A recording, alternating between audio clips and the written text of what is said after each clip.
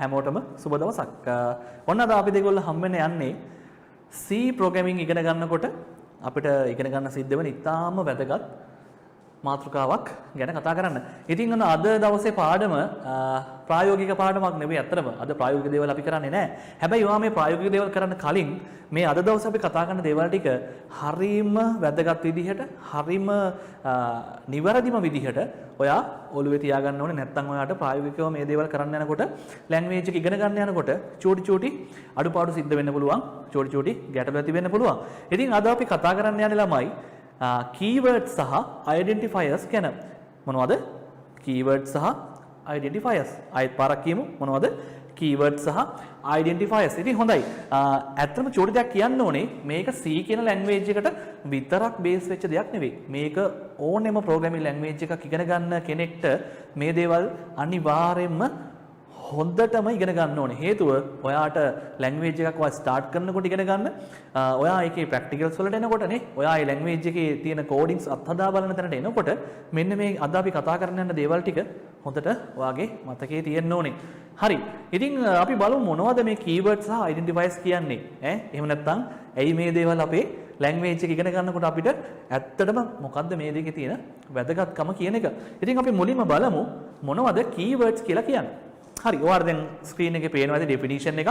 ඉතින් මෙන්න මෙහෙම කතන්දරයක්. කෙටියෙන් අපි මේක කතා කරොත් එහෙම ඇත්තටම ළමයි keyword එකක් කියලා කියන්නේ ඔයා දැනටමත් දන්නවා අපි කතා කරලා තියෙන C program එකක එහෙම නැත්නම් C මේ ඔයා ලියන C program එක life cycle එක නේ. ඒ කියන්නේ ඔයා ලිව්ව C source code එකක් කොහොමද අවසානයේ ඔයාට output එකක් පේන තත්ත්වයටපත් උනේ නේ. මෙයා මොන දේවල්ද පහු කරේ, මොන ස්ටෙප්ද මෙයාට follow කරන්න උනේ නේ. අන්න ඔය C program එක life cycle එක දැන් ඔයා ඉගෙනගෙන තියෙන්නේ. ඉතින් ඔයා මේක ඉගෙන ගන්නකොට ඔයාට හම්බුණා compiler කියලා කෙනෙක් නේ. මම දැන් දන්නවා ඔන්න දැන් ඔයාට මතක් වෙනවනේ උඩින් අපිට හම්බුණා කවුද? source code එක තිබ්බ පැත්තකින් මතකයිනේ. ඊළඟට හිටියා preprocessor කියලා කෙනෙක් නේ. කවුද? preprocessor. අන්න ඊළඟට කවුද හිටියේ? කවුද හිටියේ ඊළඟට? ඊළඟට හිටියා කවුද කෙනෙක්? compiler. මතකයිනේ? compiler වගේ program එක අපි කිව්වා මොකද? මෙයා මේක compile කරනවා machine code එක බවට නේ. මතකයි නේද? අන්න ඔහොම තමයි ඔයාට මේ C program එක life cycle එක හම්බුනේ. ඉතින් ඔන්න ඔය කියන compiler. ඉතින් මේ keywords කියන දේවල් ඇත්තටම වැදගත් වෙන්නේ මේ compiler කියන කෙනාට. කාටද? compiler කියන කෙනාට. ආයෙත් පාරක් මම අහන්නම්. keywords කියන දේවල් ඇත්තටම කාටද වැදගත් වෙන්නේ? compilerට නේ. compilerට meaningful words වලට අපි කියනවා keywords කියලා. ආයෙත් පාරක් කියන්න. මොනවද? compilerට meaningful words වලට අපි කියනවා මොනවද?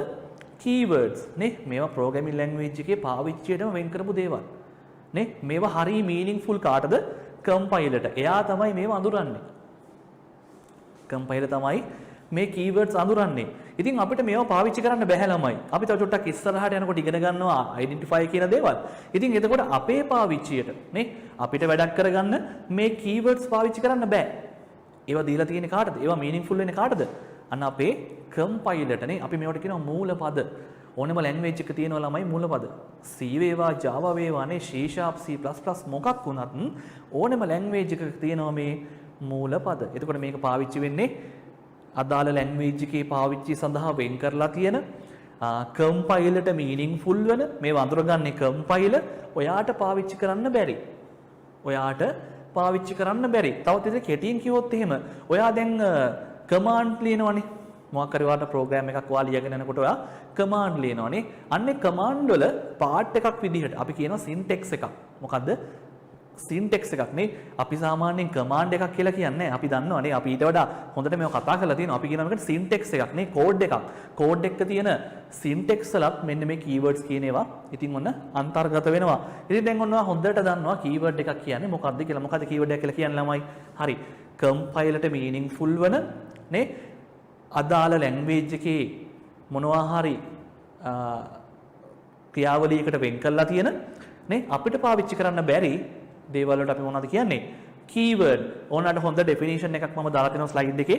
චුට්ටක් ඒකට තව දාන්න දෙන්නේ keyword are predefined reserved words in programming that have specially meaning to the compiler. මේ අපි දැන් කතා කරපු කතන්දරේ තමයි මේ තියෙන්නේ නේ. ඒතර keywords are part of the syntax and they cannot be used as identifiers තව චුට්ටක් ඉස්සරහට යනකොට ඔයා ඉගෙන ගන්නවා මොනවද මේ identifiers කියන්නේ කියලා. තාම ඔයා මේක දන්නේ නැහැ. හැබැයි මෙහෙම හිතා ගන්නකෝ. ඔයාගේ පාවිච්චියට ගන්න බෑ කියලා හිතා ගන්නකොනේ. ඔයාට ඒක ටයිප් කරලා ඔයාගේ දෙයකට පාවිච්චි කරන්න බෑ. හැබැයි මේක අදාළ කෝඩින් එකේ තියෙන පාර්ට් එකක්. අදාළ සින්ටැක්ස් එකේ තියෙන පාර්ට් එකක් නේ. අදාළ ලැන්ග්වේජ් එකේ කලින් වෙන් කරගත්ත ලැන්ග්වේජ් එකේ පාවිච්චියට අයින් කරපු වචන වලට අපි කියන මොනවද? keywords කියලා. එතකොට මේක C වලට විතරක්ම තියෙන කතාවක්ද? නෑ. මම කලිනුත් කිව්වා. මේක ඕනෙම programming language එකකට වෙන් වෙච්ච ඕනෙම language එකකට පොදු දෙයක් තමයි මේ keywords කියලා කියන්නේ. ඉතින් අපි චුට්ටක් බලමු මොනවද මේ C වලදී ඔයාට මුණ ගැහෙන keyword කියලා. හරි. ඉතින් ඔන්න බලන්නකෝ keyword එකක් කොහොමද ඔය අඳුරගන්නේ? keyword එකක් කොහොමද ඔය අඳුරගන්නේ නේ? දැන් ඔයා programming ඉගෙන ගන්න කෙනෙක් නම් චුට්ටක් ඔයා දැන් බය වෙන්න පුළුවන්. කොහොමද මම මේ keyword එකක් අඳුරගන්නේ? එහෙම බය වෙන්න දෙයක් නැහැ. බොහොම ලේසි. බොහොම ලේසියෙන් ඔයාට පුළුවන් keyword එකක් අඳුරගන්න. හරි. බලන්න මම මේ උදාහරණ කීපයක් දාලා තිනවා keyword එකක් ඔයා අඳුරගන්න විදිහ. ඉතින් ඔන්න තව චූටි කාරණයක් මම මතක් කරන්න කැමතියි. මේ වෙනකොටත් ඔයා දන්නවා C කියන language එක case sensitive. case sensitive. මොකද්ද case sensitive කියන්නේ? ඔයා හොඳටම දන්නවා case sensitive කියලා කියන්නේ simple සහ capital. අපි කියනවා lower case, upper case. capital වලට අපි කියනවා මොකක්ද? upper case කියලා. එතකොට simple වලට අපි කියනවා lower case. එහෙනම් ඔන්න upper case සහ lower case. ඕක අපිට කියනවා capital simple ભેදෙට අපි කියන මොකක්ද? case එකක්. ඉතින් ඕනෙම language එකක් ඕනම language එකක syntax එකක් නැත්නම් code එකක් අපි ලියන්නේ simple වලින්. මොකද්ද? simple වලින්. නේ 90%කම languages වල codes අපි ලියන්නේ කොහොමද? simple වලින්. ඕනම language එකක් කියලා කියන්නත් පුළුවන්. ඔය සමහර scripting language වගේ තියෙනවා එච්චර ඕක සලකන්නේ නැති. ඒ නිසා අපි කියමුකෝ 90%ක වගේ language කියලා. ලෝකේ තියෙන language වලින් 90%ක වගේම ඔක්කොම commands ලියන්නේ කොහොමද? simple වලින්. ඉතින් ඔන්න මේ C කියන කෙනා case sensitive language එකක්. C කියන කෙනා case sensitive language එකක්. ඉතින් ඔන්න මෙන්න මෙයත් එහෙනම් මෙයාගේ codings උත් අපි ලියන්න ඕනේ කොහොමද? එහෙනම් අපි මෙයාගේ codings ලියන්න ඕනේ simple වලින්. simple වලින් ඔන්න keyword එකක් ලියන පළවෙනි අඳුර ගන්න පළවෙනි විදිහ ඔයා. ලියන අඳුර ගන්න පළවෙනි විදිහ. මේ බලන්නකෝ. මම මේ කහ පාටෙන් highlight කරලා තියෙනවා int කියන වචනේ. කහ පාටෙන් highlight කරනවා මම ඔයාට මේ int කියන වචනේ. එතකොට මෙන්න මේ int කියන වචනේ හොඳට බලන්න. මෙන්න මේ int කියන වචනේ keyword එකක්. මෙන්න මේ int කියන වචනේ keyword එකක්. මේ එක එක වචන වලට එක එක තේරුම් තියෙනවා. එක එක වචන වලට එක එක තේරුම් තියෙනවා. හරිද? එතකොට හොඳට බලන්න. ඔයාලට තව පේනවා මෙතනින් මේ බලන්න. ඔයාලට තව පේනවා චා කියලා. නේ? මෙන්න මේ චා කියන වචනටත් තේරුමක් තියෙනවා. ඔයාට පේනවා චා කියලා. මෙන්න මේ චා කියන වචනටත් තේරුම් තියෙනවා. තව ඔයාට වචනයක් මෙතන පේන්න තියෙනවා ඩබල් කියලා. දැක්කද? ඩබල්. මෙන්න මේ වචනටත් තේරුමක් තියෙනවා. ඉතින් ඔයා තාම දන්නේ නැතුව ඇති සමහරට මේ තේරුම මොනවද කියලා. මං කිව්වේ තාම අපි මුලනේ ඉන්නේ. ඒක නේ එච්චර හිතන්න යන්න ඕනේ නැහැ. ඔයා වැදගත්ම දේ මොකද්ද අඳුර ගන්න ඕනේ? keyword එකක් කොහොමද අඳුරගන්නේ? නේ? අන්න බලන්න. coding segment එක පටන් ගැනීමෙදිම තියෙන ඕනේ keyword එකක් ඔයාට. int එකක්, char එකක්, double එකක් නේ? simple අකුරු වලින් නැත්තම් lower case වලින් simple අකුරු වලින් ලියපු මෙන්න මේ වගේ වචන වලට අපි කියන මොනවද? keywords. ඉතින් නේ මේ වචන ටිකක් ඇහැට හුරු වුණාට පස්සේ ඔයාලට බොහොම ලේසියෙන් මේවා අඳුර ගන්න පුළුවන්. හරි. අපි චුට්ටක් ඉස්සරහට කියලා බලමු. ඔන්න බලන්න. ඔයාට C language එකේදී හම්බෙන මූලපද. එහෙම නැත්නම් ඔයාට C කියන language එකේදී හම්බෙන keywords. ඉතින් බලන්නකෝ. සාමාන්‍යයෙන් අපි ඉගෙන ගන්නවා C වල දිනවා keywords 54ක්. ඔව් ඒ වගේ ප්‍රමාණයක් 54ක් 60ක් අතර වගේ ප්‍රමාණයක් තියෙනවා. ඉතින් ඇත්තටම සමහර වෙලාවට මේ තියෙන මේ ඕනම language එකක තියෙන keyword ඔක්කොම අපිට පාවිච්චි වෙනවා නොවෙනවා වෙන්න පුළුවන්. ඒක ගැටලුවක් නැහැ. හැබැයි අපි නිතර පාවිච්චි වෙන වචන ටිකක් තියෙනවා. ඉතින් ඔන්න ඔය keywords ටික චුට්ටක් එහාට හුරු කරගත්තා නම් අපිට බොහොම ලේසියෙන් program කරගෙන යන්න පුළුවන්. නේ? හරි. ඔන්න බලන්න කීපයක් තියෙනවා නේ. auto, break, case නේ. මේ අපි ඉස්සෙල්ලා දැක්ක double තියෙනවා. මෙන්න අපි දැක්ක int එක තියෙනවා. අපි තව එතන දැක්කා char තියෙනවානේ.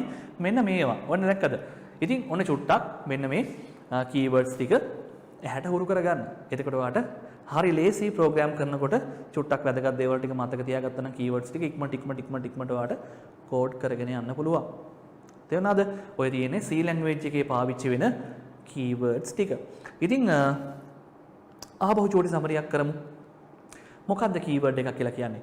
keyword එකක් කියලා කියන්නේ language එකේ predefine එහෙම නැත්නම් language එකේ වෙන් කරන ලද අදාළ language එක විසින් වෙන් කරගත්ත නේ වැඩියම meaningful වෙන්නේ කාටද? compiler ට meaningful වෙන අදාළ language එක විසින් වෙන් කරගත්ත එයාගේ compiler ට meaningful වෙන අපිට පාවිච්චි කරන්න බැරි වචන වලට අපි කියනවා මොනවා කියලාද? keywords.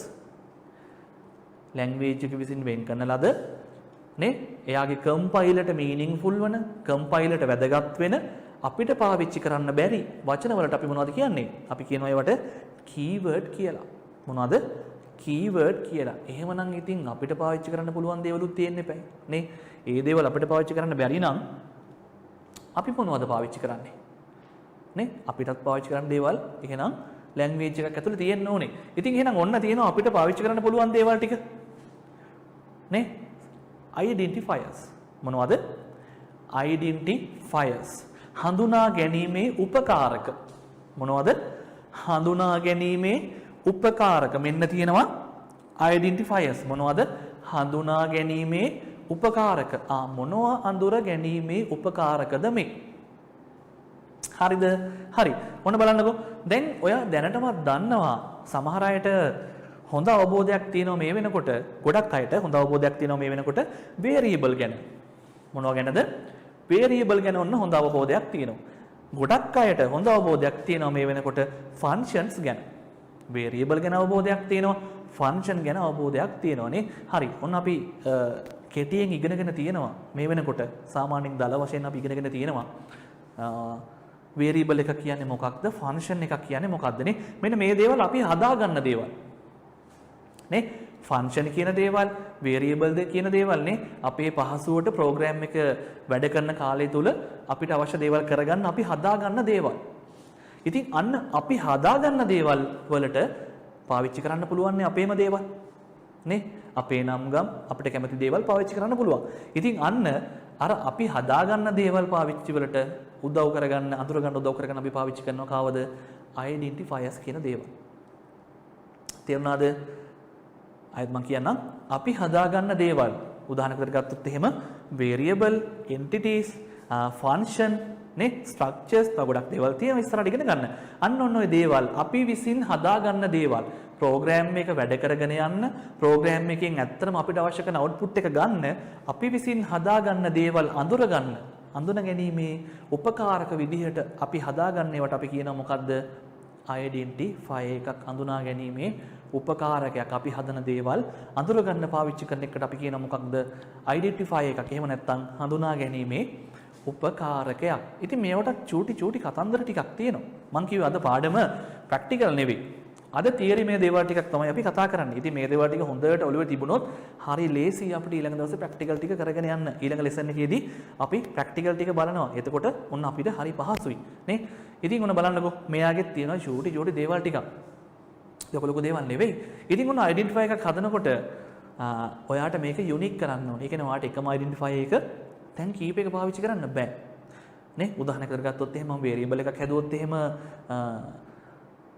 amount කියලා ඔයාට තව තැනක ආපහු amount කියලා variable එකක් හදන්න බෑ. variable එකක් නම් කරන්න බෑ. නේ? ඉතින් ඔය නම් කරන එකට අපි කියන්නේ මේ identifier එකක් කියලා. ඔය amount කියන එක identifier එකක් වෙන්නේ නේ. හරි බලමුකෝ අපි ඊළඟ slide එකෙන් උදාහරණයක් ඕකට. මෙන්න තියෙනවා identifier එකට හොඳ උදාහරණයක්. බලන්න. ඔයාට පේනවා money. දැන් කලින් example එක චුට්ටක් ඔලුවට ගන්න. කලින් example එක keywords වල එතකොට ඔයා keyword එකක් විතර දැක්කේ මෙන්න මෙයා. අන්න keyword එක. දැක්කද? අන්න keyword එක. එතකොට ඔයා keyword එකක් විතර අඳුරගත්ත කලින් example එකේදී මෙන්න මේ int කියන එක්කෙනාව. අර cha කියන එක්කෙනාව. අර double කියන එක්කෙනාව ඔයා අඳුරගත්තා keyword එකක් විදිහට. හැබැයි ඔන්න මෙතෙන්ට අපි එනකොට එහෙම නැත්නම් identifiers වලට අපි එනකොට අපි අඳුර ගන්නවා මෙන්න අර keyword එකට පිටිපස්සේ ඉන්න එක්කෙනා තමයි identifier එක. කවුද මේ? keyword එකට පිටිපස්සෙන් ඉන්න එක්කෙනා තමයි ඔන්න identifier එක. දැක්කද? ඔන්න cha කියලා තන අපි අඳුරගත්තා keyword එකක් මෙන්න එයාට පිටිපස්සෙන් ඉන්නවා key කියලා identifier එකක්. එතකොට මේ cha කියන එක්කෙනා ආවේ කොහෙන්ද?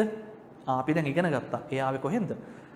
අදාළ C කියන ලැන්ග්වේජ් එකේ. එහෙම නැත්නම් අපි වෙනත් ලැන්ග්වේජ් එකක් ඉගෙන ගන්නවා නම් අන්නේ ලැන්ග්වේජ් එකේ දීප කීවර්ඩ් එකක්. එයා විසින් අපිට හදලා දීපු එකක් මේ තියෙන්නේ. හැබැයි දැන් මේ කී කියන එක නම් එයා මේ අපි දැන් එක්කෙනෙක්. මට මෙතන ලියන්න පුළුවන් ඕනනම් චා මම මෙහෙම කියන්නම්කෝ චා ලෙටර් මේ මම ලියන එකක්. මේ චා ලෙටර් කියලා කියන්නේ මේ මම ලියන එකක්. මේ මම දැම්ම එකක්. ඉතින් මට ඒක වෙනස් කරන්න පුළුවන්. හැබැයි මට මේ චා කියන එක මට ඕන විදිහට වෙනස් කරන්න පුළුවන්ද? බෑ. මට එයා වෙනස් කරන්න බෑ. නේ? මට මේ amount කියන එක වෙනස් කරන්න පුළුවන්. මට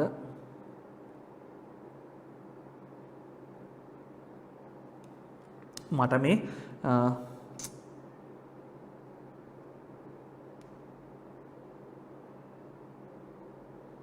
මට මේ amount කියන එක වෙනස් කරන්න පුළුවන්.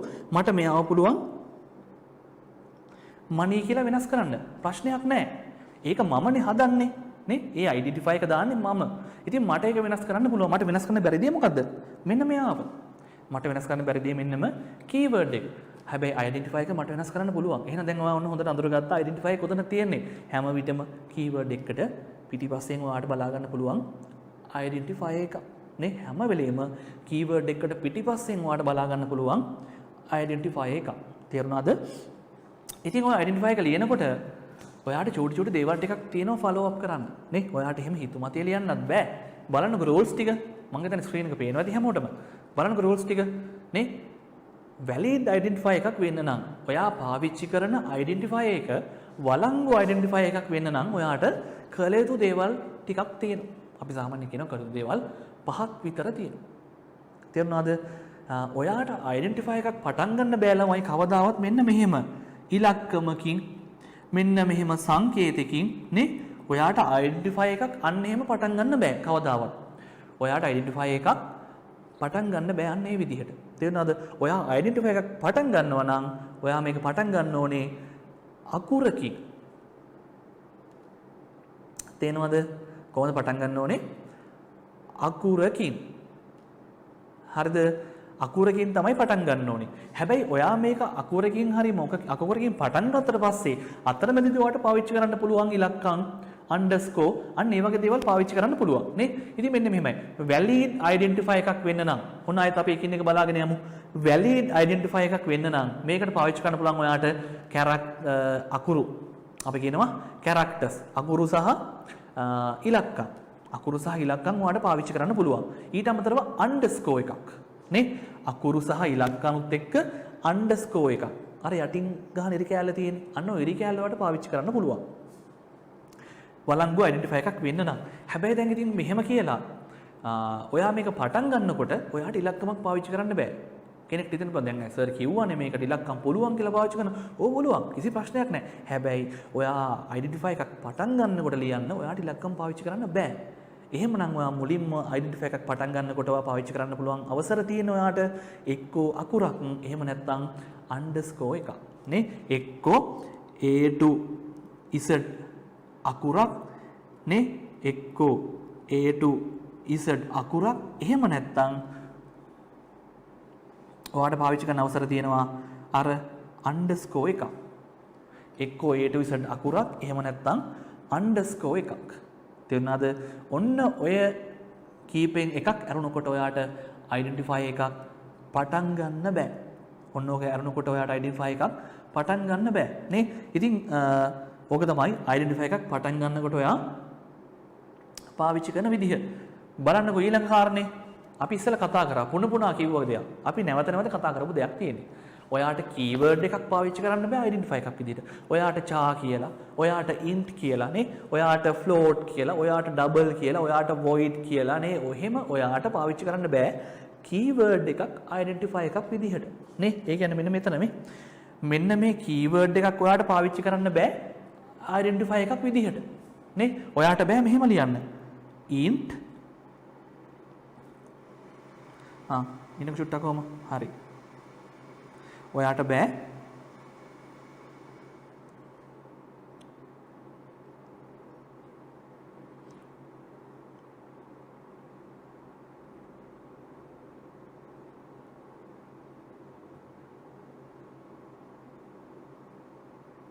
ඔයාට int කියලා පාවිච්චි කරන්න බෑ. අන්න ඒවනේ වැරදි. නේ දෙකම keyword. ඔයාට එහෙම පාවිච්චි කරන්න බෑ. තේරුණාද? ඔයාට පාවිච්චි කරන්න පුළුවන් නේ අර අපි කියෝ විදිහට එක්කෝ simple ඉලක්කමක් එක්කෝ simple ලකුරක් එක්කෝ capital ලකුරක් එහෙම නැත්නම් underscore එක. ඊට අමතරව ඒකෙන් පටන් ගත්තට පස්සේ ඔයාට ඕන එකක් පුළුවන්. ඔයාට මෙහෙම කරන්න පුළුවන් නේ. ඔයාට පුළුවන් ඔන්න මම උදාහරණයක් පෙන්නන්න බලන්න හොඳට බලන්න මේක. ඔයාට හොඳට මේක බලා ගන්න. ඔයාට උදාහරණයක් විතර පුළුවන් මෙහෙම කරන්න. A 1 2 3 එහෙම ඔයාට identify එකක් හදාගන්න පුළුවන්. තේරුණාද? ඔයාට පුළුවන් underscore AB 1 2 4 ඔයාට එහෙම කරන්න පුළුවන්. ඔයාට කරන්න බැරි දේ මොකද්ද? ඔයාට කරන්න බැරි දේ තමයි 1 2 3 AB. ඒ වැඩේ ඔයාට කරන්න බෑ. ඇයි ඒ? ඔයා පටන් ගන්න ලෑස්ති වෙන ඉලක්කමකින්. ඔයාට එහෙම වැඩ කරන්න බෑ. C language එකේ නෙවෙයි. 90%ක්ම language වල ඔයාට එහෙම දේවල් කරන්න අවස්ථාව දෙන්නේ නැහැ. තේරෙනවද? එහෙනම් ඔන්න හොඳට මතක තියාගන්න ඔයාට මේක පටන් ගන්න පුළුවන් වෙන්නේ එක්කෝ simple A to Z එහෙම නැත්නම් capital A to Z ඉලක්කමක් එහෙම මේ එහෙම නැත්නම් අකුරක් එහෙම නැත්නම් underscore එකක් ඉලක්කමක් ඔයාට පාවිච්චි කරන්න බෑ. හැබැයි ඔයා variable එක පටන් ගත්තට පස්සේ අතරමැදදී ඔයාට පුළුවන් ඉලක්කම් පාවිච්චි කරන්න. තේරුණාද? හරි. ඊළඟට සාමාන්‍යයෙන් identify එකට තියෙන වචනය කියන්නේ අකුරු වල දිග සීමාවක් නැහැ. සාමාන්‍යයෙන් most compilers අපි කිව්වොත් එimhe ගොඩක් C compiler වා දැන් දන්නවා GCC compiler එක තමයි අපි පාවිච්චි කරන්නේ. ඉතින් මේකේ අපිට සාමාන්‍යයෙන් අකුරු 30ක් 31ක් වගේ වෙනකන් identify එකට පාවිච්චි කරන්න පුළුවන්. එක දිගට නේ ඔයාලට අකුරු මැදින් වෙන් කරන්නත් බෑ. නේ ඔයාට හිතෙනවා my money නේ ඔයාට බෑ එහෙම my money කියලා ඔයාට හදන්න බෑ. int my money කියලා හදන්න බෑ. තේරුණාද? එහෙනම් int my underscore money කියලා හදන්න පුළුවන්. තේරුණාද? අන්න ඒ වගේ ඔයාට characters 30ක් 31ක් වගේ අතර රේන්ජ් එකකට මැක්සිමම් ඔයාට දිග තියාගන්න පුළුවන් ඔයාගේ identifier එකේ. තේරුණාද? හරි. ඊළඟට සාමාන්‍යයෙන් මේක නීතියක් නෙමෙයි චූට රීතියක්. ඔයා variable එකක් නැත්නම් මොකක් හරි function එකක් නම් කරනකොට meaningful identifier එකක් පාවිච්චි කරන්න. නේ ඒක දැක්ක ගමන් ඔයාට අඳුර ගන්න පුළුවන් පහසුවක් ඇති කරන. නිකන් මෙහෙම හිතන්නකෝ. ඔයා හිතනවා ඔයා ඉලක්කම් කීපයක් එකතු කරගෙන යනවා. ඉලක්කම් දෙකක් එකතු කරන ප්‍රෝග්‍රෑම් එකක් ලියනවා. එතකොට ඔයා හරි ලේසි ඔයාට හැදුවොත් එහෙම variable එකක් number 1 number 2 අන්න ඒ වගේ identifiers number 3 නේ total එක sum අන්න ඒ වගේ ඔයාට අඳුර ගන්න පුළුවන් meaningful දැක්ක ගමන් ඔයා දන්නවා ඔයාගේ ප්‍රෝග්‍රෑම් එකට related මේ තියෙන sum එක මේ තියෙන total කියලා කියන්නේ total එක නේ number 1 කියන්නේ මම ගන්න පළවෙනි ඉලක්කම number 2 කියලා කියන්නේ මම ගන්න දෙවෙනි ඉලක්කම අන්න හරි පහසුයි ඔයාට දැන් එතකොට මේ ප්‍රෝග්‍රෑම් එක අධ්‍යයනය කරන්න සහ ප්‍රෝග්‍රෑම් එක ලියාගෙන යන්න. තේරුණාද? ඒක නීතියක් නෙවෙයි රීතියක්. meaningful identifiers පාවිච්චි කරන්න. ඔන්න දැන් චුට්ටක් අපි ආපහු මේක කතා කරලා බලමු. පළවෙනි එක තමයි ඔයාට valid identifier එකක් වෙන්න නම් මොන මාත් එක්ක හොඳට හිතින් මේක කියව ගන්න. පළවෙනි එක මොකද්ද? valid වළංගු identifier එකක් වෙන්න නම් තියෙන්න පුළුවන් වෙන්නේ simple අකුරු capital අකුරු සමග ඉලක්කම් එහෙම නැත්නම් underscore එකක්. වළංගු identify එකක් වෙන්න නම් ඔයාට තියෙන්න පුළුවන් වෙන්නේ simple ලකුරු capital ලකුරු ඉලක්කම් එක්ක underscore කියන character එක. වෙන කිසිම එකක් ඔයාට පාවිච්චි කරන්න බෑ. අංක 2 ඔයාට ඉලක්කමකින් variable එහෙම නැත්නම් identifier එකක් start කරන්න බෑ. මොකද්ද? අංක 2 ඔයාට ඉලක්කමකින් identifier එකක් start කරන්න බෑ. එක්ක capital ලකුරක් එහෙම නැත්නම් simple ලකුරක් එහෙම නැත්නම් underscore එකකින් මෙන්න මේ තුනෙන් පමණමයි ඔයාට variable එක නමක් function එකක නමක් එහෙම නැත්නම් අපි ඔය කියන identifier එකක් start කරන්න පුළුවන් වෙන්නේ. තේරුණාද? හරි. ඔන්න එහෙනම් start කරාට පස්සේ ඊට පස්සේ ඔයාට ඕන තරමක් මැද මේවා combine කරගන්න පුළුවන්. තේරුණාද? ඔයාට බෑ 1 2 3 ABC කියලා එකක් හදන්න බෑ. ඔයාට පුළුවන් ABC 1 2 3 කියලා හදන්න. කිසි ප්‍රශ්නයක් නැහැ. ඔන්න හතරවෙනි එක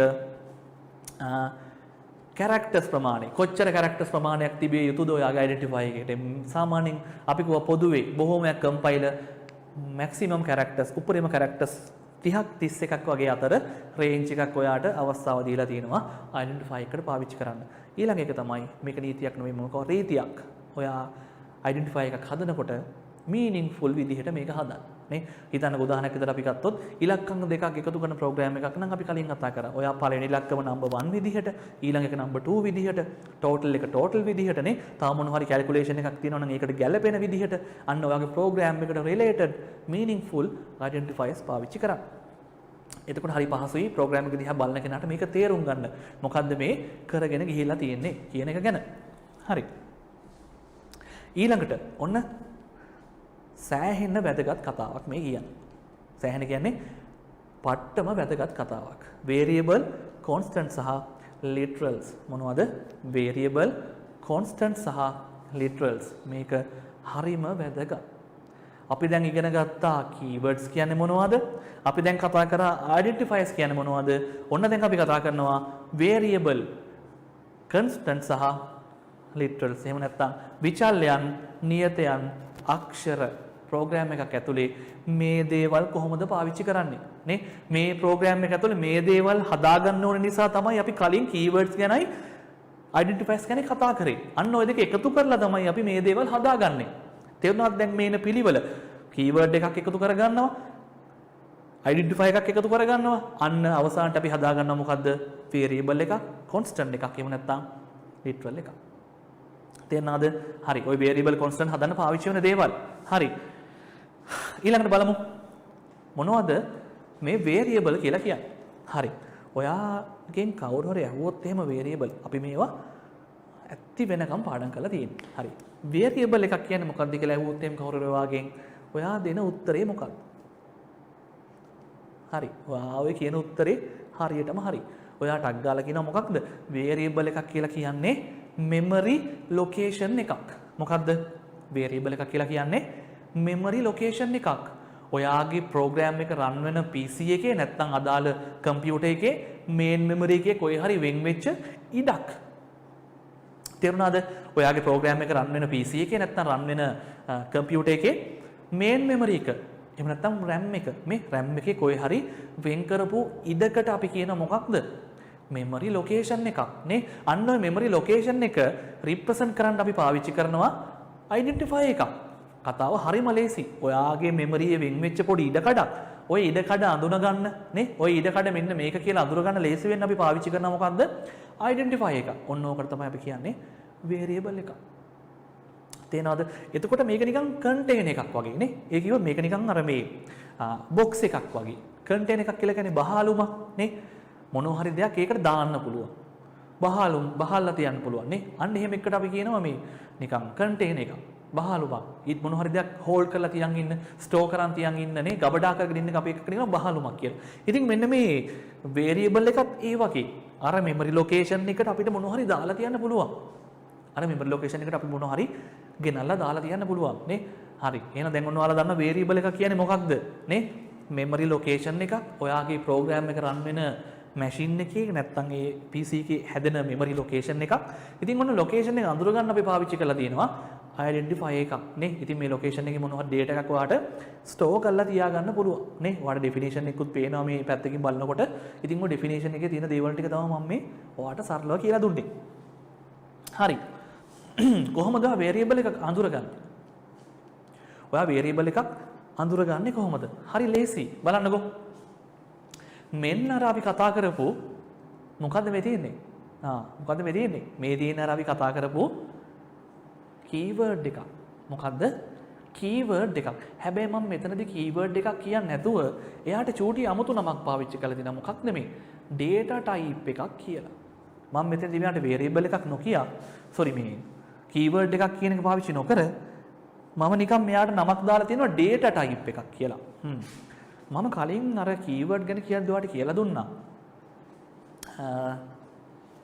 ඒ එක එක keyword වලින් වෙන දේවල් ටිකක් තියෙනවා.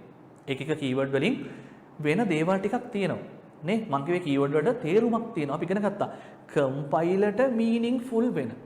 ඔයාගේ program එක compile කරනකොට එයාට වැදගත් වෙන, එයාට තේරුමක් තියෙන දේවල්. ඒ කියන්නේ එහෙනම් keyword එකට තේරුමක් තියෙනවා. int කියන keyword එකේ තේරුමනේ. මම යටින් දාලා data type එකක්. මොකක්ද මේ කතාව? data type එකක්. මම දැන් tutorial එකෙන් ඔයාලට කියලා දුන්නා.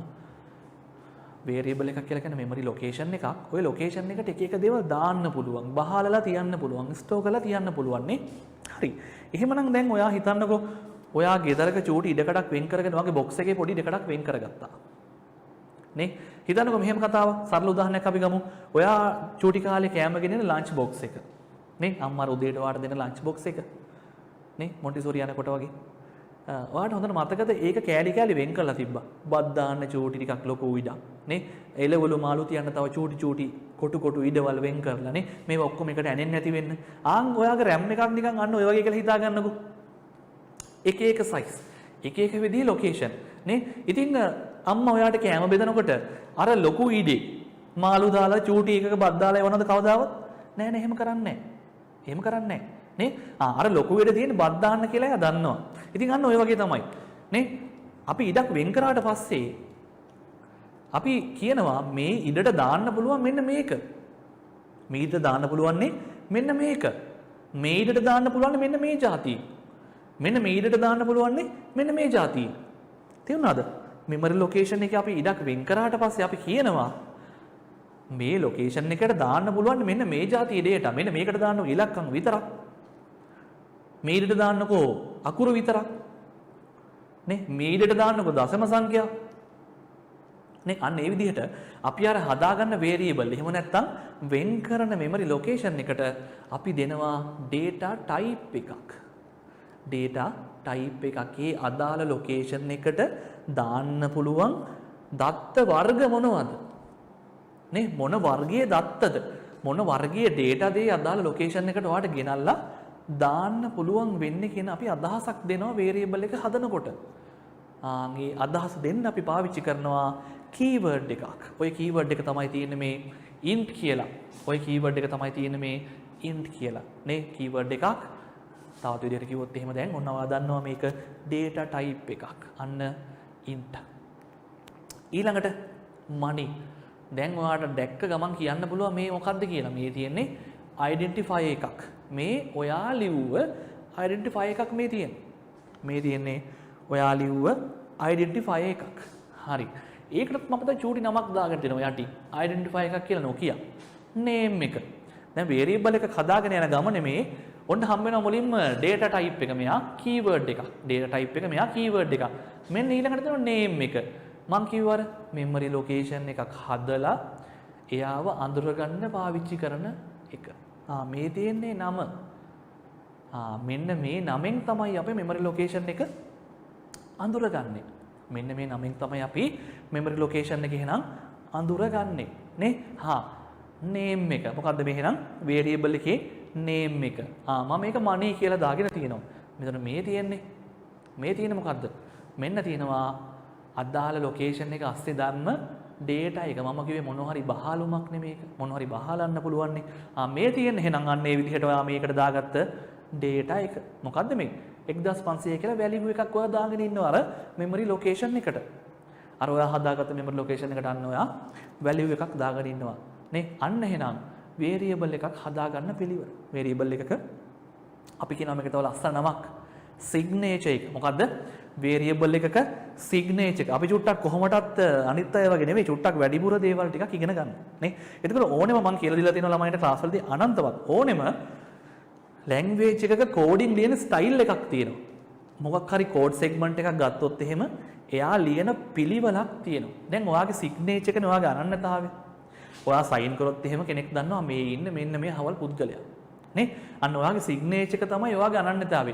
අන්න ඒ විදිහට මෙන්න මේ විදිහට keyword එකකුත් එක්ක name එකකුත් එක්ක අපි කරන data type එකක් name එකකුත් එක්ක මෙන්න මේ value එකකුත් එක්ක මෙන්න මේ විදිහට මෙන්න මේ variable එක හදාගන්න එකට අපි කියනවා variable එකක් හදන එකේ මෙන්න signature එක.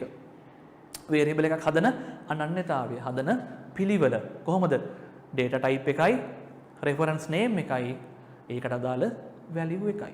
data type එකයි variable reference name එකයි ඒකට අදාළ value එකයි. ඔන්න data type එකක් හදන විදිහ. දැන් මේ යන්නේ අර වගේම හරිම වැදගත් කතාවක්. මං කිව්වේ අපි කොහොමවත් අනිත් අය වගේ නෙවෙයි චුට්ටක් වැඩිපුර ඉගෙන ගන්න කට්ටිය. චුට්ටක් නෙවෙයි වැඩිපුර ඉගෙන ගන්න කට්ටිය. ඉතින් ඔයා වැඩිපුර ඉගෙන ගන්නකොට ඔයා නිකන් ඔය වේරියබල් එකක් හැදෙන්නේ මෙන්න මෙහෙම මෙමරි ලොකේෂන් එකක කියලා විතරක් දැනගෙන ඉඳලා හරියන්නේ නැහැ. තව චුට්ටක් එතනින් එහාට ඔයා දැනගන්න ඕනේ. ඉතින් ඔයා දැනගන්න ඕනේ නම් ස්ටැක් හීප් කියලා කතාවක්. මොකක්ද දැනගන්න ඕනේ නම් වේරියබල් ගැන කතා කරනකොට ඔයා දැනගන්න ඕනේ ස්ටැක් හීප් කියලා කතාවක් ඔයා දැනගන්න ඕනේ වේරියබල් ගැන කතා කරනකොට. ස්ටැක් හීප් කියලා කතාවක් ඔයා දැනගන්න ඕනේ වේරියබල් ගැන කතා කරනකොට. හරි. දැන් මම කිව්වනේ ඔයාට මේ වේරියබල් හැදෙන්නේ කොහෙද? ඔයාගේ මෙමරි එකේ. ඔයා මේ ප්‍රෝග්‍රෑම් එක වැඩ කරන PC එකේ තියෙන RAM එකේ මේන් මෙමරි එකේ තමයි මේ දේවල් හැදෙන්නේ. ඉතින් ඔයාගේ ප්‍රෝග්‍රෑම් එක රන් වෙන්නෙත් ඔය මෙමරි එක ඇතුළෙම තමයි. ඔයාගේ ප්‍රෝග්‍රෑම් එක රන් වෙන්නේ ඔය මෙමරි එක ඇතුළෙම තමයි. ඉතින් ඕනෙම ලැන්ග්වේජ් එකක් ළමයි ඔය ප්‍රෝග්‍රෑම් එකක් රන් කරනකොට ඔයාගේ මෙමරි එක තියෙනවනේ RAM එක. ඔය RAM එක කෑලි දෙකකට වෙන් කරනවා. දැනට මතක තියාගන්නකො දෙකකට කියලා. තව චෝටි චෝටි දේවල් ටිකක් තියෙනවා. දැනට මතක තියාගන්නකො කෑලි දෙකකට වෙන් කරනවා. එක කෑල්ලකට අපි කියනවා ස්ටැක් එක කියලා. මොකද්ද? මේ තියෙන්නේ එහෙම වෙන් කරන එක කොටසක්. මේ තියෙන්නේ එහෙම වෙන් කරන එක කොටසක්. අපි මේකට කියනවා මොකක් කියලාද? ස්ටැක් එක. ස්ටැක් එක. මොකද්ද මේ? ස්ටැක් එක. හරි. එතකොට මේ තියෙන්නේ හීප් එක. මොකද්ද මේ? හීප් එක. ස්ටැක් එක සහ හීප් එක. ස්ටැක් එක සහ හීප් එක. මේ තියෙන්නේ ස්ටැක් එක, මේ තියෙනවා හීප් එක. ස්ටැක් එකයි හීප් එකයි. ඒක තමයි මම පොඩ්ඩක් ලස්සනට මේ මෙතනින් දාලා තියෙන්නේ. තේරෙනවද? එතකොට එන්න ඔයාගේ ප්‍රෝග්‍රෑම් එක රන් වෙන කාලය තුල ඔයාගේ RAM එක ඔන්න ඔහොම කැලි දෙකකට වෙන් වෙනවා. ඉතින් දැන් අර ඔයා හදන වේරියබල් එක. දැන් අර අපි ඉස්සෙල්ලා වේරියබල් එකක් හැදුවේ money 1500යි කියලා. ඉතින් අපි කියවන ඔයාගේ මෙමරි හැදෙන ලොකේෂන් එකක් තමයි ඔය වේරියබල් එකක් කියලා කියන්නේ කියලා. විචල්‍යයක් කියලා කියන්නේ කියලා. ඉතින් එහෙනම් ඔන්න ඔය ලොකේෂන් එක නැත්තම් ඔය ඉඩකඩ වෙන් වෙන්නේ කොහෙද? ඔයාගේ ඉඩකඩ වෙන් වෙන්නේ ළමයි මෙන්න මේ හීප් එක ඇතුලේ. මේ තියෙන්නේ. මේ තියෙන ඔය මුළු හීප් එකම ඔය හීප් එක ඇතුලේ මෙන්න මෙහෙම මම මේ කොටු කරලා තියෙන්නේ. මෙන්න මේ වගේ කොටසක් අයින් වෙලා ඒකේ ස්ටෝර් වෙනවා ඔයාගේ ඔය 1500 කියන කතාව. තේරුණාද? හීප් එකේ මෙන්න මෙහෙම කොටසක ඔයාගේ 1500 කියන කොටස වෙන් වෙනවා. 1500 කියන ගබඩාව මේ වේරියබල් මේ වැලියු එක ගබඩා වෙනවා ස්ටෝර් වෙනවා හීප් එකේ නේ. මේ සමස්ත ලොකු හීප් එකේම මෙන්න මෙහෙම පොඩි කෑල්ලක කොයි හරි. දැන් ওই ලොකේෂන් එක අපි අඳුර ගන්න පාවිච්චි කරනවානේ money කියලා එකක්, identifier එකක්, variable name එක. ඕක හැදෙන්නේ ස්ටැක් එකේ. ඕක හැදෙන්නේ ස්ටැක් එකේ. ඔය තියෙන්නේ. ඕක හැදෙන්නේ ස්ටැක් එකේ. ආන් ඊට පස්සේ ස්ටැක් එකේ ඉඳලා රෙෆරන්ස් එකක් හැදෙනවා අන්න අර ලොකේෂන් එකට. ස්ටැක් එකේ ඉඳලා රෙෆරන්ස් එකක් හැදෙනවා හීප් එකේ තියෙන අර ලොකේෂන් එකට. එතකොට අර ඇත්තටම ආගේ ලොකේෂන් එක හැදෙන්නේ කොහෙද? හීප් එක ඇතුලේ. හීප් එක කියන කොටස ඇතුලේ තමයි හැදෙන්නේ. මේන් මෙමරි එකේ ඔයාගේ ලොකු RAM එකේ හීප් එක කියලා කොටසකුයි ස්ටැක් කියලා කොටසකුයි වෙන් වෙනවා කොටස් දෙකකට ප්‍රෝග්‍රෑම් එක රන් වෙනකොට. එතකොට ඔයාගේ 1500 කියන වේරියබල් එකට අදාළ ලොකේෂන් එක හැදෙනවා හීප් එක කියන කොටසේ. ආන් ඒ කොටසේ ඉඳලා ඔයාට මෙන්න මෙහෙම රෙෆරන්ස් වෙනවා ස්ටැක් එකට. ස්ටැක් එකේ තමයි තියෙන්නේ ඔයා හදන identifier එක variable name එක. අන්න එයාගේ දැන් මෙතෙන්ට එනවා reference එකක් අර location එකට. ඔන්න ඔහොම තමයි program එකක variable store වෙන්නේ වාගේ RAM එකේ. මේක ගොඩක් අය දන්න කාරණයක් නෙවෙයි. හැබැයි ඔයාලා මේක දැන් දන්නවා. එතකොට ඔන්න වාගේ memory එකේ කොහොමද variable එකක් ලොකේෂන් එකක් ස්ටෝර් වෙන්නේ, කොහොමද මෙයාට රෙෆරන්ස් හැදෙන්නේ, දැන් දන්නවා මොකද්ද ස්ටැක් එක කියලා කියන්නේ, මොකද්ද හීප් එක කියලා කියන්නේ. දැන් ඔන්න ඔයා මේ දේවල් ටික හොඳට දන්නවා. හරි. ඊළඟට ලිටරල්. මොනවද මේ ලිටරල් එකක් කියලා කියන්නේ? ලිටරල් එකක් කියලා කියන්නේ ළමයි අර අපි දැන් මේ money සමානයි 1500 කියලා. එතකොට ඔන්න ඔය 1500 කෑල්ල තියෙන්නේ නේ. අර 1500 කෑල්ල තියෙන්නේ ඒකනේ අර වේරියබල් එකේ data එක අපි කියනවා මේ literal එකක් කියලා කියන්නේ ඔයාගේ data එක present කරන්න පාවිච්චි කරන එක. තේරුණාද? data එක present කරන්න පාවිච්චි කරන එකට අපි කියනවා literal එකක් නේ. int money සමානයි 1500යි. int money සමානයි 200යි. int money සමානයි 50යි. අපි කියමුකෝ int age සමානයි 20යි. අන්න 20 කියන කැලේ තමයි literal එක. අර variable එක represent කරන්න variable එකේ data එක present කරන්න represent කරන්න පාවිච්චි කරන එකට අපි කියනවා literal එකක් කියලා. හරිද? හරි. මම උදාහරණ කිහිපයක් පෙන්නන්නම්කෝ. දැන් ඔයා දැක්ක ඉස්සලා integer එකක්. එහෙම නැත්නම් මම දාලා තිබ්බනේ integer int I int money සමාන 1500යි කියලා. නේ? හරි. එතකොට integer එකක් කියලා කියන්නේ සාමාන්‍යයෙන් අපි කියන ඉලක්කම්. නිකිලයක්. ඉලක්කම්. මොනවද integers කියලා කියන්නේ? ඉලක්කම්. නිකිල. එතකොට අපිට C language එකේදී ළමයි හොඳට අහගන්න මේ literal කියන කැලේ හරි වැදගත්. C language එකේදී ඔය integers එහෙම නැත්නම් නිකිල පෙන්වන්න පුළුවන් ක්‍රම තුනකින්. කොහොමද? ක්‍රම තුනකින්. තවත් විදිහකට කිව්වොත් එහෙම පාද තුනක නේ? පාද බේස් තුනකින් අපිට ඔක පෙන්වන්න පුළුවන්. අපිට පුළුවන් මේක පෙන්වන්න ඩෙසිමල් බේස් එකකින් 10 පාදයෙන් පෙන්වන්න පුළුවන්. ඔයා දැනටමත් දන්නවා 10 පාදය නේ. අපි බිංදුව, ඍණ 9 අපි තාම පාවිච්චි කරන්නේ සාමාන්‍ය විදිහට ඍණ 10, 50, 1000, ලක්ෂේ, 20, 30, 60 නේ. අන්න 10 පාදයෙන් ඩෙසිමල් බේස් එකකින් අපිට ඔක ලියන්න පුළුවන්. 10 පාදයෙන්. ඊළඟට ඔයාට මේක ලියන්න පුළුවන් 8 පාදයෙන් ඔක්ටල් බේස් එකකින්.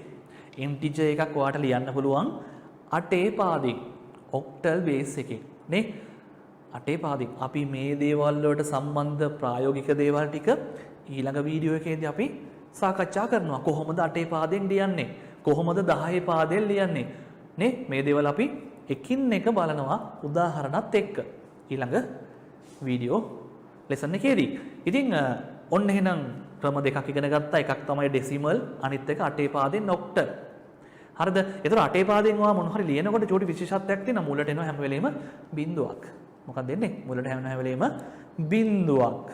නේ? මොන දැන් ඔයා දැක්කොත් එහෙම integer එකක් නිකන් ෆෝන් නම්බර් එකක් වගේ 0.77යි. integer money සමානයි 0.77. ඔයා අඳුර ගන්නව ටක් ගාලා බිංදුවක් තියෙනවනේ. මේ තියෙන්නේ එහෙනම් 8 පාදයෙන් ඔක්ටල් එකක්. ඊළඟට hexadecimal 16 පාදයෙන්. කොහොමද? hexadecimal 16 පාදයෙන්. 16 පාදයෙන්. ඔයාට 16 පාද අඳුර ගන්නත් හරි ලේසි. බලන්නකො එක්සැම්පල් එක බිංදුවකුත් එක්ක x අකුර. බිංදුවකුත් එක්ක x අකුර. ඒත් එක්කම අකුරුත් එක්ක කලවමේ මේ ඉලකමුත් එක්ක කලවමේ වට අකුරු පේන්න තියෙනවා මේ. f අකුරක් පේන්න තියෙනවා. a අකුරක් පේන්න තියෙනවා. නේ? පටන් ගන්න බිංදුවකුයි x අකුරකුයි ඔන්න 16 පාදයෙන්. ඔයා දැන් දන්නවා integers ලියන්න පුළුවන් ක්‍රම තුනයි. decimal, octal, hexadecimal. 10, 8, 16 පාදයෙන්. ඔන්න පාදයන් තුනෙන් ඔයාලට පුළුවන් integers ලියන්න. ඊළඟට floating point rituals. එහෙ නැත්නම් දශම සංඛ්‍යා. ඔයා කොහොමද දශම සංඛ්‍යාවක් ලියන්නේ? C language එකේදී. මේ තියෙන උදාහරණ 2.0යි නේ 0.000යි 4යි 3යි නේ ඍණ 0.2යි ඊ ඍණ 5යි නේ. මෙන්න මේ විදිහට ඔයාට පුළුවන්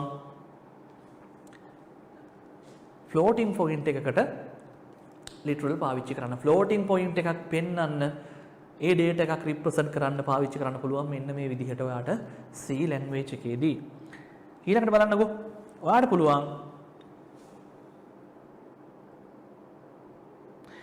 පුළුවන් character එකක් අකුරු නේ character එකක් අකුරක් බලන්නකෝ single quotation නැස්සේ තමයි ඔයාට මේක ලියන්න තියෙන්නේ. මේ ඔයාට පේන උදාහරණ A F M දෙක single quotation නැස්සේ ඔයාට පුළුවන් characters පාවිච්චි කරන්න.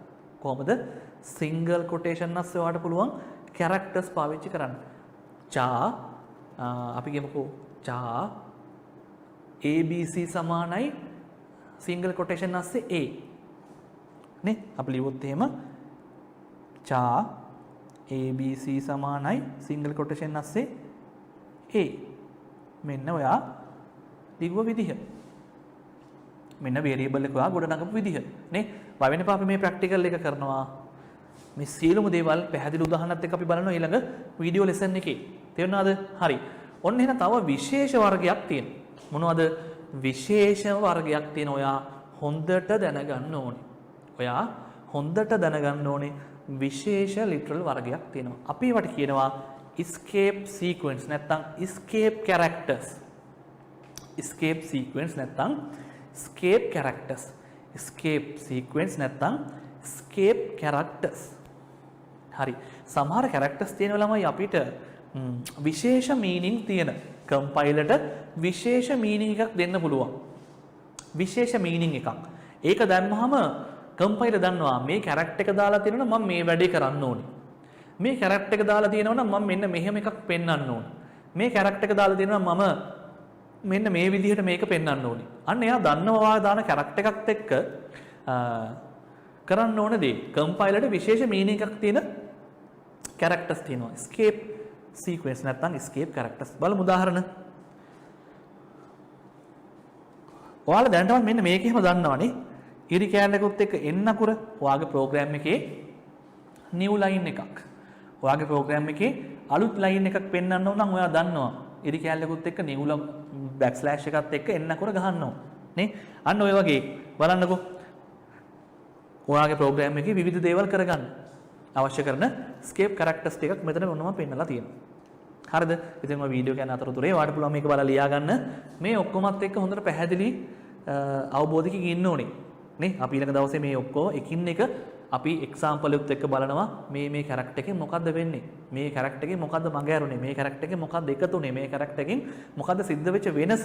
අන්න ඔය දේවල් ටික අපි ඊළඟ දවසේ පැහැදිලි උදාහරණයක් එක්ක කතා බහ කරනවා. ඔන්න එහෙනම් තියෙනවා උතන escape sequence නැත්නම් escape characters. හරි. ඊළඟට අපිට හම් වෙනවා constant කියලා જાතිය. variable කතා කළා, literal කතා කරා. ඊළඟට අපිට මුණ ගැහෙනවා constant කියලා જાතිය. මොනවද constant කියලා කියන්නේ? ළමයි constant කියලා කියන්නේ නියතයක්. නේ? constant එකක් කියලා කියන්නේ නියතයක්. වෙනස් වෙන්නේ නැති දෙයකට අපි කියනවා constant එකක්. නියතයක් වෙනස් වෙන්නේ නැති එකකට අපි කියනවා constant එකක් කියලා. ඉතින් වෙනස් වෙන්නේ නැති දේවලුත් එහෙනම් ඔන්න අපි ප්‍රෝග්‍රෑම් ලියනකොට අපිට පාවිච්චි කරන්න සිද්ධ වෙනවා. එකපාරක් විතරක් දෙන අගයක්. සමහරට වගේ ප්‍රෝග්‍රෑම් එක ස්වභාවයත් එක්ක ඔයාට ඉස්සලම පාර එකපාරක් අගයක් දෙන්න සිද්ධ වෙන අවස්ථා වෙන්න පුළුවන්. නේ? ඒ අගය ආයෙ පස්සේ වෙනස් කරන්න දෙන්න බෑ. අන් ඔය වගේ එකකට ඔයාට පාවිච්චි කරන්න පුළුවන් මේ constant එකක්. ඔය වගේ එකකට ඔයාට පාවිච්චි කරන්න පුළුවන් constant එකක්. ඔය වගේ එකකට ඔයාට පාවිච්චි කරන්න පුළුවන් constant එකක්. හරි. බලන්න constant එකට උදාහරණයක්. const. අර keyword ගඩේ ඔයා දකින්න ඇති. මම දැම්ම keyword list එක. අන්න ඒක ඔයා දකින්න ඇති මේ constant කියන keyword එක. constant කියන keyword එක ඔයා දකින්න ඇති අර keyword list එකේ. const double p1 සමානයි 3.14යි. ඔන්න අපි variable එකක් හදා ගන්නවා const කියන keyword එක මූලට පාවිච්චි කරගෙන. const කියන keyword එක පාවිච්චි කරගෙන constant එකක් නිර්මාණය කරගෙන. දැන් අපි එකපාරක් මේකට අගය දුන්නට පස්සේ අපිට මෙන්න මෙහෙම නැවත පාරක් මේ p කියන variable එකට p කියන location එකට බහලුමට අගයක් දාන්න බෑ. එයි මෙයා constant එකක්. නේ? මෙයා නියතයක්. මෙයාට අගයක් දෙන්න පුළුවන් වෙන්නේ අපිට එක වතාවයි. කොහොමද? මෙයාට අගයක් දෙන්න පුළුවන් වෙන්නේ අපිට එකම එක වතාවයි. තේරුණාද? එහෙනම් අපි කියනවා මේකට constant එකක්. නියතයක්. එක වතාවක් විතරයි අගයක් දෙන්න පුළුවන්. නැවත නැවත අපිට බෑ මෙයාට අගයන් ආදේශ කරන්න. හරිද? ඉතින්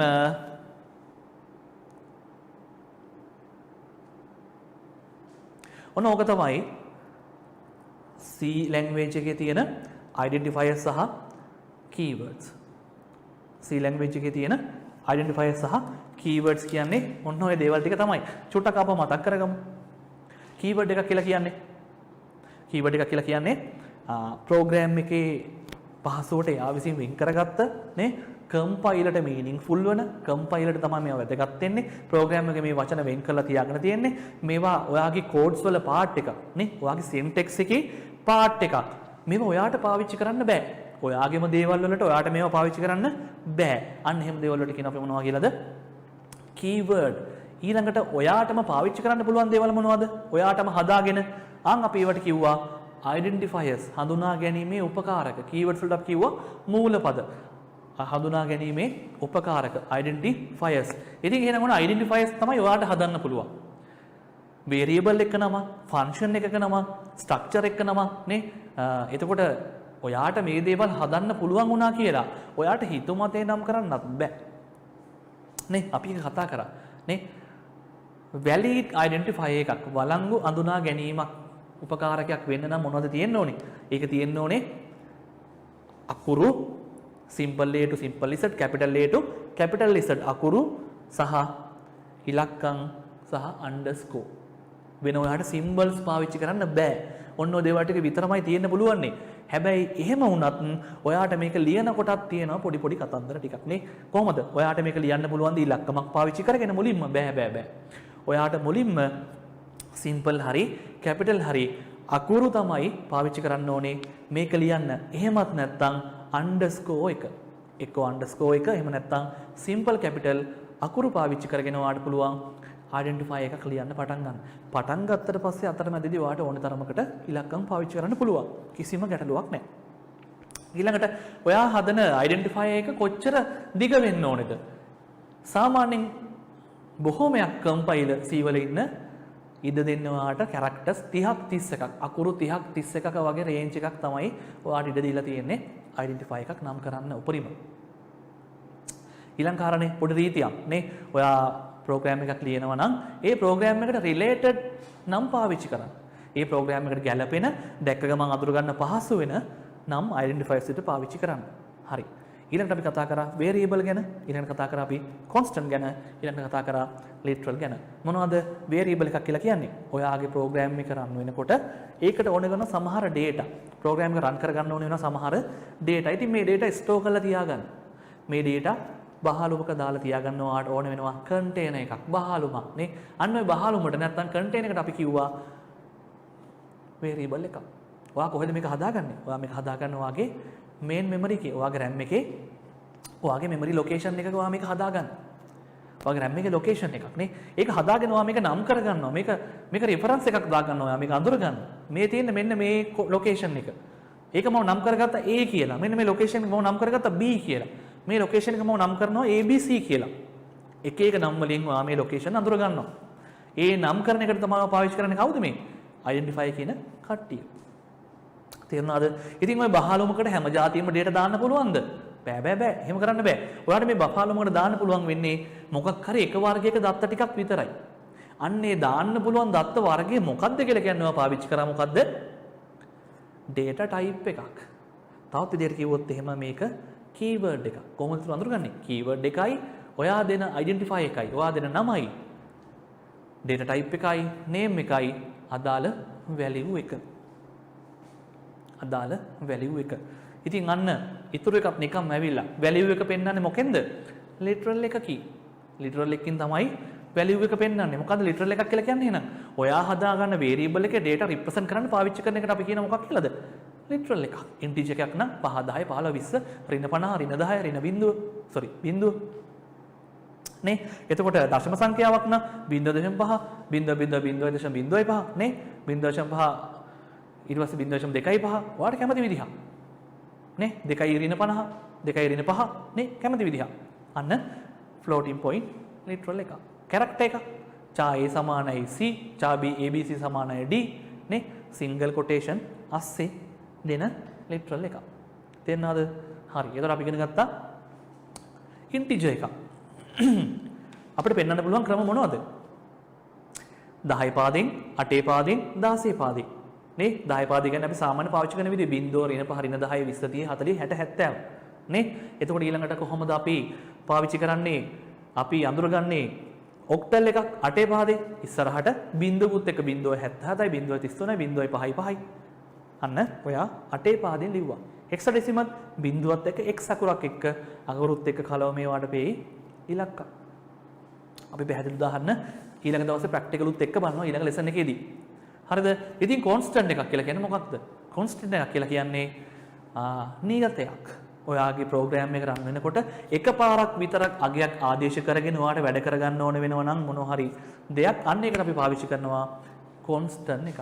එකපාරක් විතරක් අගය ආදේශ කරන්න උදව් කරන එකකට අපි කියනවා කොන්ස්ටන්ට් එකක්. කොන්ස්ටන්ට් එකක් හදාගන්නේ කොහොමද? වේරියබල් එකක් හදන විදිහමම තමයි. මොකක්ද තියෙන චූටි වෙනස? මොකක්ද එකතු වෙන අලුත් කීවර්ඩ් එක? මුලින් එකතු වෙනවා const කියන කීවර්ඩ් එක. මුලින් එකතු වෙනවා const කියන කීවර්ඩ් එක. ඉතින් අදට ඕ ටික තමයි අපිට ඉගෙන ගන්න තියෙන්නේ. වැදගත් දෙයක්. ඉතාමත් වැදගත් කොටසක් කතා කරේ. මේක නැවත නැවත බලලා හරි හොඳට ඔලුවට දාගන්න, හොඳට මේක තහවුරු කරගන්න. ඊළඟ දවසේ මේ එකින් එකේ අපි ප්‍රැක්ටිකල් බලනවා. ප්‍රායෝගිකව කොහොමද මේ දේවල් පාවිච්චි කරන්න කියන එක බලනවා. ඉතින් ඊළඟ දවසේ වීඩියෝ එකෙන් හම්බ වෙනකම් හැමෝටම සුබ දවසක්. ආයිබෝවන්.